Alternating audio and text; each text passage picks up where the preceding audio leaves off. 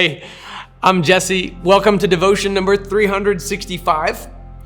We have now devotions for every day of the year, but we have even more than that too, because we have not been making devotions for Sundays. That's the way that it works within your curriculum.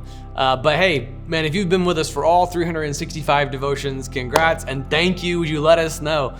Because I'd love to be able to send you a link to a free ebook. Thank you for being a part of this. It's exciting to have arrived at a cool milestone.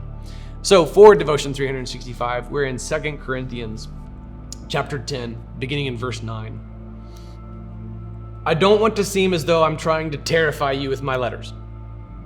For it is said, his letters are weighty and powerful, but his physical presence is weak, and his public speaking amounts to nothing. Let such a person consider this: what we are in our letters, when we are absent, we will also be in our actions when we are present. This is the jab, the ad hominem attack that was launched at Paul that he kind of leaned into, and he sort of took it and turned it into his own introduction in chapter 10, verse 1. The second half of chapter 10, verse 1 is this: I, who am humble among you in person, but bold toward you when absent. He's taking this criticism and he's leaning into it, kind of mocking it. His detractors have resorted to just a personal attack. This is a logical fallacy, an ad hominem attack. Rather than dealing with the actual issue at hand, you attack the person behind it. Somebody makes a point, and rather than rebutting the point that they make or even conceding to it, you're just like, yeah, well, you're stupid. Yeah, well, you're fat. An ad hominem attack attacks the person rather than the idea. Christians especially should be very careful of this. There's no place in the gospel ministry. Paul has been victim to an ad hominem attack, and he's responding by saying, like, look, I'm coming, by the way. The guy that you're saying has no power in his own physical presence is physically coming to Corinth. I'm going to see you. Like, it's not gonna work, it's not gonna hold up.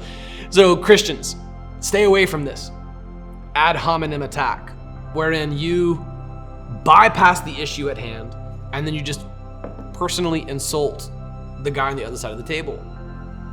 That's consistent with what Paul introduced earlier, remembering that especially when we're defending the gospel, when we're demolishing arguments against the truth of God, the knowledge of God, that was verse 5, it's not actually a neutral discussion between two objective parties.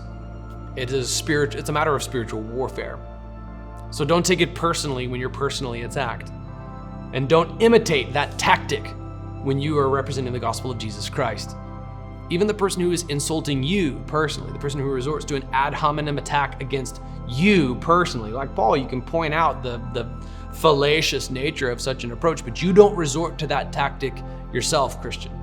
An ad hominem attack not only is a failure to actually deal with the issue that's at hand, it adds sin on top of it, because you've just insulted an image bearer of God. You've just wounded someone. Good luck, by the way, winning the debate after that. This is Paul's approach. Let it be ours as well. Paul did not resort to ad hominem attacks. He instead rose above all of them. He's pointing out the weakness of such an approach, the futility of it, and Paul's sailing to Corinth. So critics, beware, watch out. The ad hominem attacks you've directed at Paul are all about to be proven false. Let the same be said of Christians and how we debate, how we defend the Christian faith, how we conduct ourselves online. No ad hominem attacks. Strong gospel presence, both in person and in the written word.